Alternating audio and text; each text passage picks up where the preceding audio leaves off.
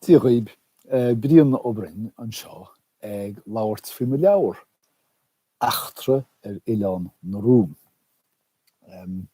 Is léir dearan nach bhfuil mé i America agus mé ag tafadó seo, go déhann tá mé i gádaín chúil na hisismithirí i ngáileamh. Áit bhfuil mé ar cuairt le má haileach ní úil 2021. Tá mé ar cuairt as na Stáit Untaithe agus is na Stáit Untaithe bhfuil cuairt ar cónaí ar má phríomhcharachtar mac dara agus ána i bhroin. Ógánaí iad seo ar de bhunú éireannach iad ach ar Americanánaí iad chumá ceann a hagad go héideann ar saoire gach samhra agus gach samhra caitheann siad an séasúr in áit nua. Samhra bháin na déise, samhra eile Boileáit Lia agus Loch Deargairt, samhra rí seile má chuile na Gaillimhe.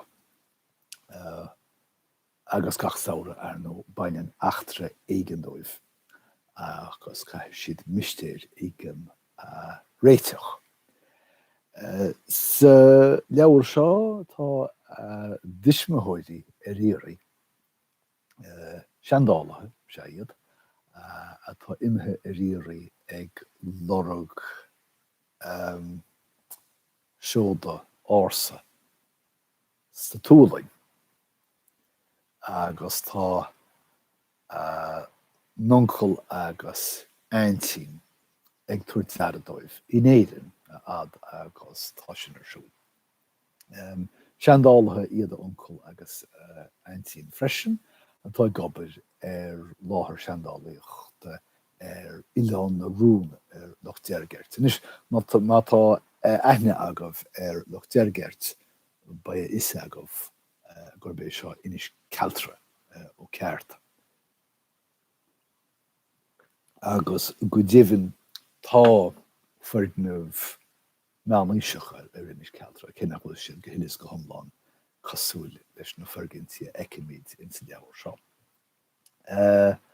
Tá tochailte seandálaíocht ar siúl ar an Oileán a bhfuil na thógánaí ag ghlacha páirte an, ag obair an ar fad hamadín, ach tú léir chéile is léirdóibh go bhfuil riad de na seóda ar an tochailte an gcuid agus ní féidir le haine éon ámad a bhaint as a scéal. Cé tá an gcuid agus cén fá. Well, tá gon sé buafuinte lua an scéal ná go dárlaíonn gadaíocht ní amháin ón tochailte ach ón Músaeum Náisiúnta. Go déhann tarlaíonn sé ag an am ceanna agus sa bhfuil na thógánaí in sa Músaeum Náisiúnta iad féin. Agus de réir chéile freisin is cosúil go bhfuil súlanaí ceangailte fite sa scéal ach níl méid cinnte agus tarlaíonn buafuinte mór an scéal in sa teacha Moileáit Lia bhfuil siad a fannacht. Áit bhfuil tar an eisteach teacht as an ísloch, áit bhfuil rudaí luachmhara i bhálach is cosúil agus áit béidir a bhfuil talán fiú. Ní féidir am ráliamh, bhfuil talán nó nachhfuil caitheann se bhfuil leabhar léamh sin féin ach mar mhór ar an á fáin siad aithne ar cailín eisteacht ar bannam sibhí a bhfuil cónaí is cheantar sa chóirsanacht agus bhfuil rudaí areolas aice faoi tholáin agus furgantí cheantar a diaach cabhrú leis a scéal. Bhain mé antainmh leis as a scéal se scríomh, Tásúla go gomáinú sib sin tainmh céanna as é léamh.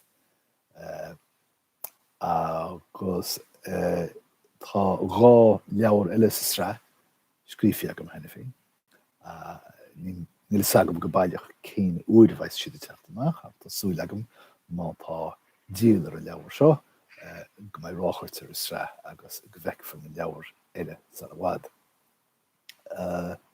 Sin an méid tá mé céire ráfaoin leabhar faoi láthair, tásúil agam go bhfuil gur bhain sibh tainmh as an mlaise seo a thug mé daobh agus go mbeidh sibh ag dul amach agus an ceannach an leabhar dá réir nóair fáil cópanna áite cinnt más féidir. So bergí bua agus tásúil agam go mbeidh muid ag deagháil ar éis sa bhfad. Slán.